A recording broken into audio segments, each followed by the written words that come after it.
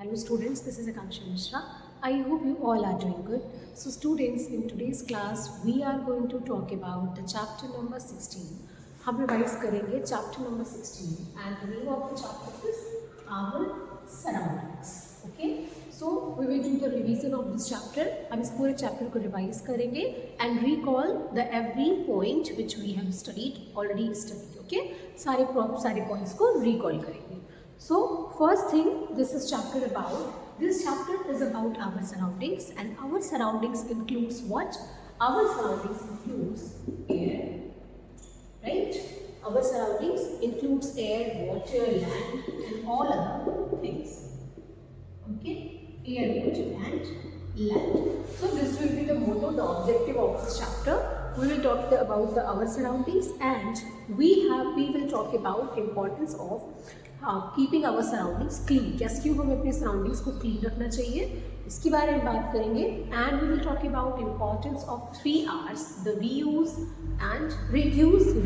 And the recycle and the advantage of recycling. These things we will talk about in this whole chapter. So now let's start.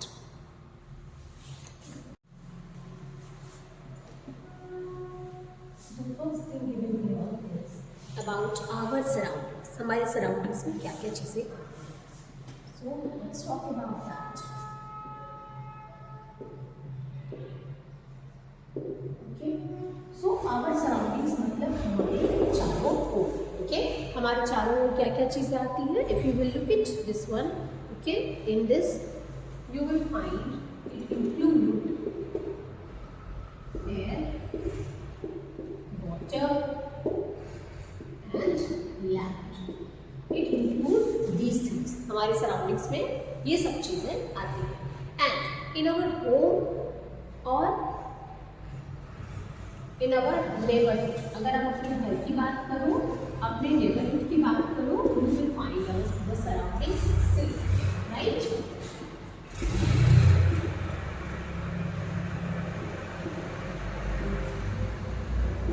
Neighbourhood means अपने आसपास पड़ोस. And the next thing, और अगर आप अपने school की भी बात करो, if you talk about your school, you will find the surroundings safe, right. Now next thing, the surrounding, जो भी हमारे चारों ओर का जो वातावरण होता है, हमारे चारों ओर जो एटमॉस्फेयर होता है, एंड हम जिन चीज़ों के बीच में रहते हैं, सो हमारे चारों ओर जो भी है वो बहुत इंपॉर्टेंट रोल प्ले करता है.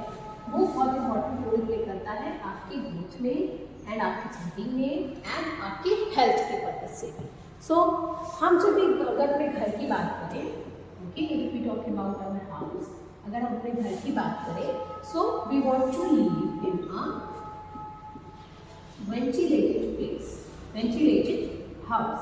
हम एक वेंटिलेशन का मतलब क्या होगा, हमें हवादार घर चाहिए होता है, जहाँ से जो हवा का आवागमन है वो प्रॉपरली हो सके और घर जो है वो हम जो घर में प्रॉपरली रह सके. ओके, एंड उसके साथ साथ इन द सेम वे, जिस तरीके से ये तो हमने हाउस की बात की, अब अगर हम बात करते हैं अपने इन्वायरमेंट की. Okay, if we talk about environment, ये तो हमने अपने घर से शुरुआत की.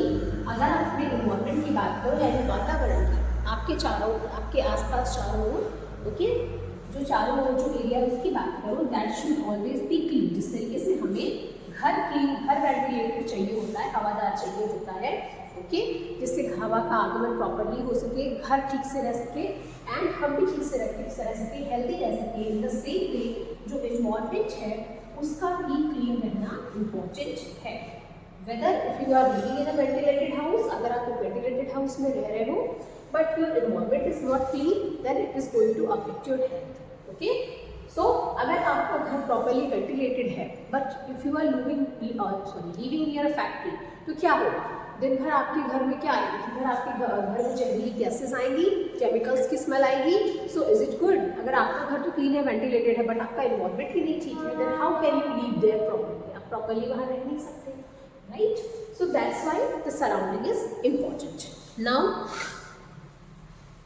let's see what is the next point given here. Let's see what we are talking about next. अब ये तो अपने बात करी क्यों सराउंडिंग्स का मतलब किस पर्पज से होता है. ओके, नाउ अगर आपकी सराउंडिंग्स क्लीन रहती है, ओके, अगर आपकी सराउंडिंग्स क्लीन रहती है तो बेटरमेंट आप ही का है बेटा, benefit is beneficial for you, ये आपके लिए बेनिफिशियल है। How is it beneficial, how you will be benefited, so आपकी सराउंडिंग्स में क्लीन रहने से आप हेल्दी लाइफ स्पेंड करोगे, ओके, एंड उसके साथ साथ जो सिकनेस है it is important to avoid, it is important to avoid sickness, जो भी बीमारियां हैं उनसे आप बच सकोगे, उनसे दूर रह सकोगे, okay, so that is why it is very important to be in a clean, to stay in a clean surrounding. Now ये तो हमने बात कर ली कि क्लीन सराउंडिंग क्यों में क्यों रहना चाहिए। Now let's see at the importance of surroundings, the importance of clean surroundings.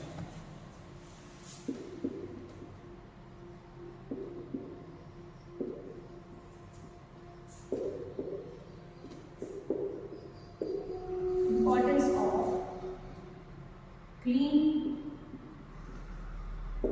surroundings. Okay, now this is the next thing. So cleanliness plays a very important role in keeping us healthy. जब भी आप साफ सफाई से होते हो तो cleanliness से क्या मिलता है, क्लीनलीनेस आपको it leads to you to healthy life, right, ये आपको हेल्दी बनाती है एंड हेल्दी लाइफ की ओर ले जाती है।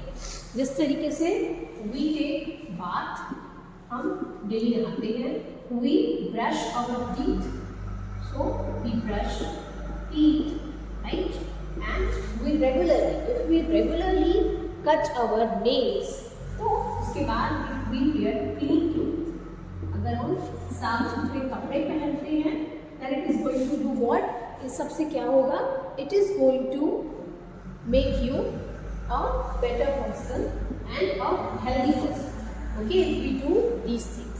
Now a healthy body needs a clean body, ये सब तो आपने अपनी बॉडी के लिए कर लिया, इसके साथ साथ आपका इन्वायरमेंट भी क्लीन होना चाहिए।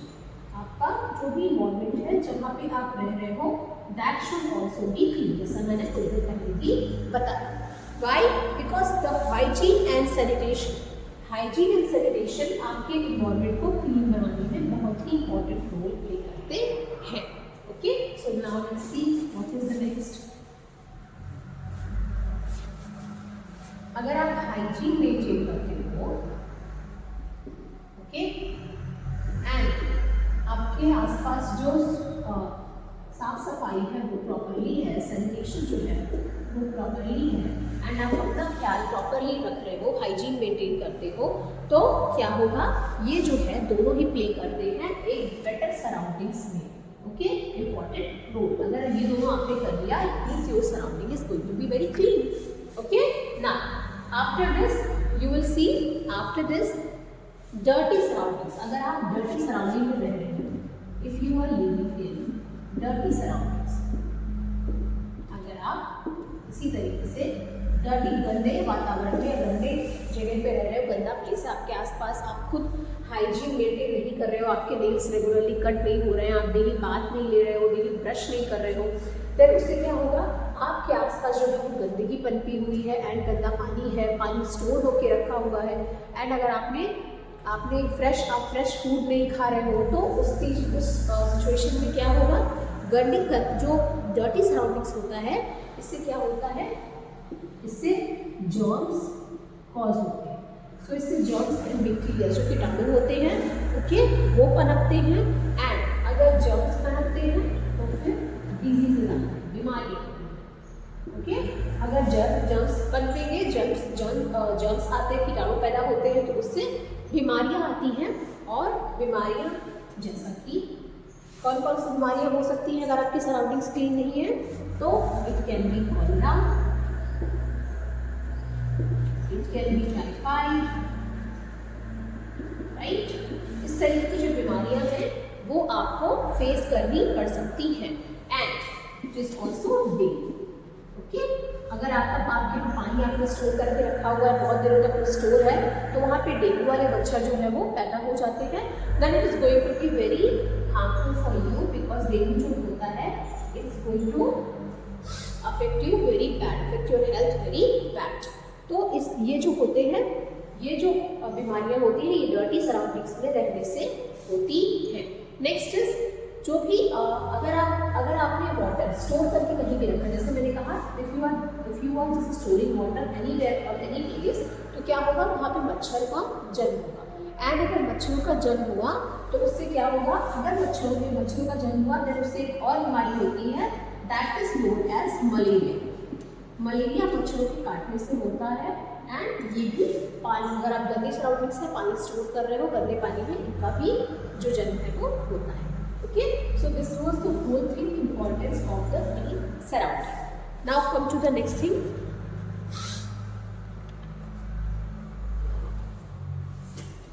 ये तो हमने बात की कि हमारे जो सराउंडिंग्स है वो क्यों क्लीन होनी चाहिए, क्या क्यों इसकी नीड है। Okay, now we will talk about the next thing, that is waste material. Okay, जिससे कि सराउंडिंग्स क्लीन रह सके। जब वेस्ट मटेरियल नहीं होंगे, उनका डिस्पोजल प्रॉपर्ली होगा, तो जो सराउंडिंग्स हैं वो ऑटोमेटिकली क्लीन हो जाएंगी।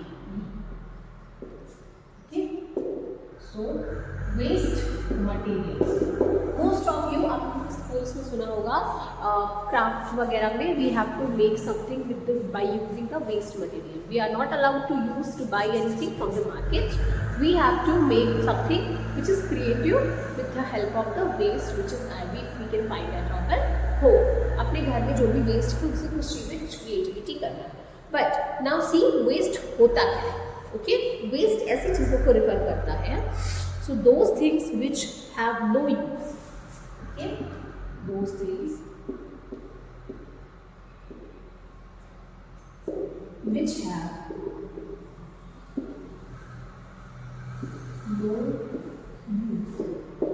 ओके, ऐसी चीज़ें जिनकी बिल्कुल भी ज़रूरत नहीं है, ओके, जो किसी काम की नहीं है एंड जिनकी ज़रूरत नहीं,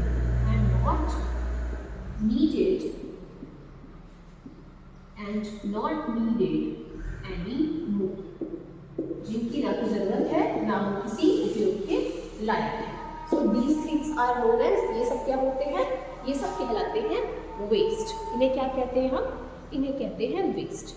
ओके, अवशिष्ट पदार्थ। अब ये वेस्ट दो तरीके का हो सकता है, इट्स नॉट नेसेसरी कि ये सॉलिड फॉर्म में होगा, like the cartons, right, the polythenes, wrappers, ये केवल सॉलिड फॉर्म में हो, this is not necessary. Liquid form में भी वेस्ट होते हैं। So the forms are the waste are solid and liquid, ये दोनों फॉर्म में हो सकते हैं। Okay, and the next thing, almost all our daily activities. देखिए, जब भी जो भी एक्टिविटीज आप डेली बेसिस पे करते हो, whether you are eating food, okay, if you are buying something from market, आप पॉलिथीन में कुछ लाया, आपने खाया एंड देन पॉलिथीन फेंक दी। So and after that when you go to the washroom, obviously हम जब कुछ खाते हैं, देन आफ्टर द डाइजेशन जो भी होता है, वॉशरूम जब आप जाते हो, when you just go for the loo and after that is also known as the waste, वो भी waste कहलाएगा। ओके, वो भी waste कहलाएगा। and after this if you are using, जो भी आपके पास waste है, जो भी डेली एक्टिविटीज़ के वेस्ट है, like the papers you are not using, उसके बाद जो पॉलिथीन रैपर्स हो गए, वेजिटेबल पील्स हो गए, आपके यहाँ कुछ काम होता है, रिपेयरिंग का काम होता है, जो उसमें से जो पार्ट वेस्टेड पार्ट हो गए जो कि यूज़ में नहीं आने वाले हैं, कार्टन्स हो गए, ये सब चीज़ें क्या हो जाती हैं, ये सब वेस्ट में काउंट होती है। अब तो हमें अपने क्या होता है कि हमारे यहाँ पे जो भी वेस्ट है हमें उसे प्रॉपरली डस्टबिन में डालना चाहिए, यहाँ वहाँ बिखरा के नहीं रखना चाहिए। अदरवाइज हमने आफ्टर दिस चैप्टर 16 जो हमने पढ़ा था, उसके जस्ट बाद we did the chapter number 17 and उसमें हमने पढ़ा था कि अगर हम उसे इधर बिखरा देंगे तो कौन सा पॉल्यूशन होगा, अगर आप कूड़ा करकट यहाँ वहाँ फेंक देते हैं तो कौन सा पॉल्यूशन होगा, you have to check. Okay, so solid and liquid दोनों फॉर्म में जो वेस्ट है वो हो सकता है एंड हमें हमेशा इसको फेंकने के लिए गार्बेज कैन और वेस्ट बिन का यूज़ करना चाहिए। ओके, गार्बेज कैन और वेस्ट बिन का यूज़ करना चाहिए। ये तो हमने बात कर ली waste can. Now let's talk about कि कितने टाइप के waste. Okay, now let's talk about the types of waste.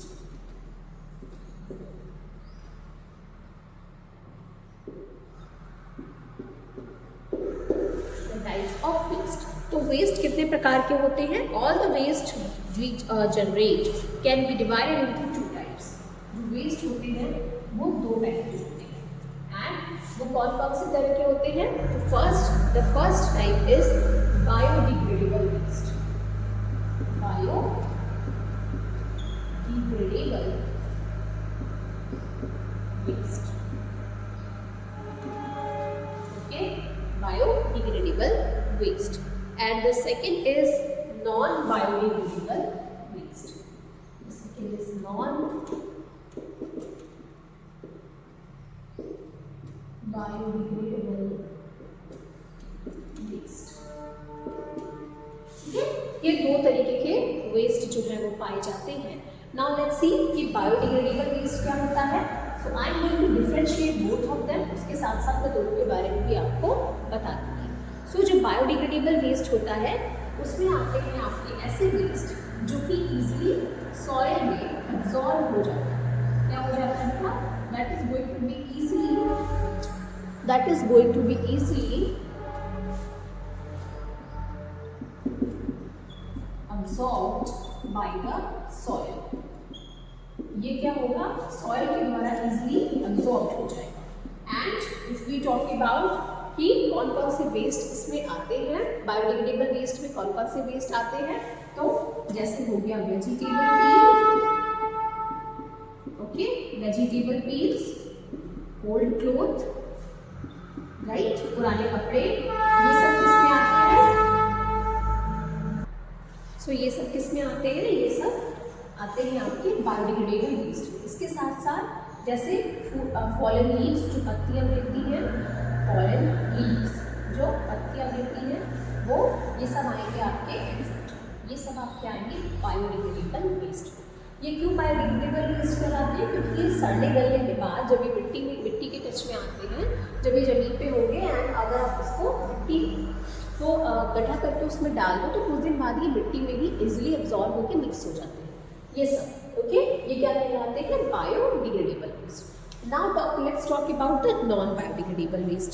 सो इसमें आएंगे वो वेस्ट जो कि डीके और डिग्रेड होने के बाद, सड़ने गलने के बाद ये इजीली सॉइल में एब्जॉर्ब नहीं होते. So they do not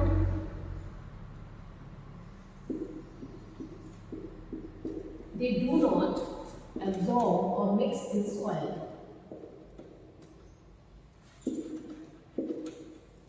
Mixed in soil easily. Okay, ये मिट्टी में इजीली जो डिसॉल्व नहीं होते हैं, मिट्टी का पार्ट नहीं बनते हैं.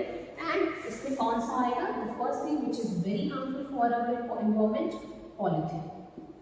लास्ट, ओके, पॉलीथीन बैग्स जो आप यूज़ करते हो, प्लास्टिक्स से बनी चीज़ें जो आप यूज़ करते हो, जब वो वेस्ट बच जाती है तो वो कभी भी बेटा उसको जो सॉइल का पार्ट बनने में और उसे ख़त्म होने में बहुत टाइम लगता है. Polythene when you will burn it, अगर आप इसे जलाओगे तो भी ये ख़त्म नहीं होगी.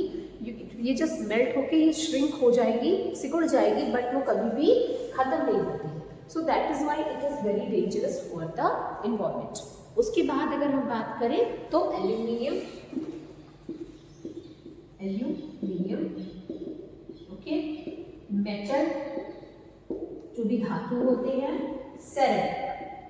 सेरेमिक यानी जो भी चीनी मिट्टी से बने बर्तन हैं, चीनी मिट्टी के खिलौने या जो भी चीज़ें ऐसी चीज़ें जो चीनी मिट्टी से बनी हो, वो सब किस में आती हैं? वो सब आती हैं सेरेमिक में.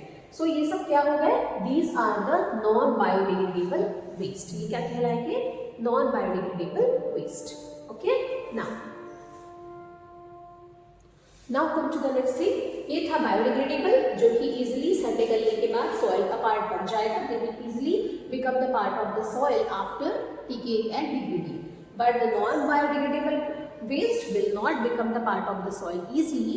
They are not going after decaying and degrading. And the example of biodegradable: vegetable peels, old cloth, fallen leaves. And the example for the non-biodegradable is that polythene, plastic bags, plastic materials, aluminium, metal and ceramic. So this is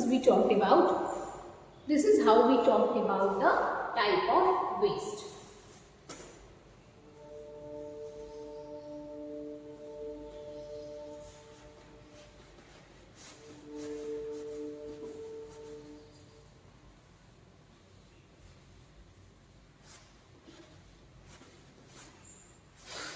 Now the next thing which is given here, the next thing is given here, disposal of waste. Disposal of waste.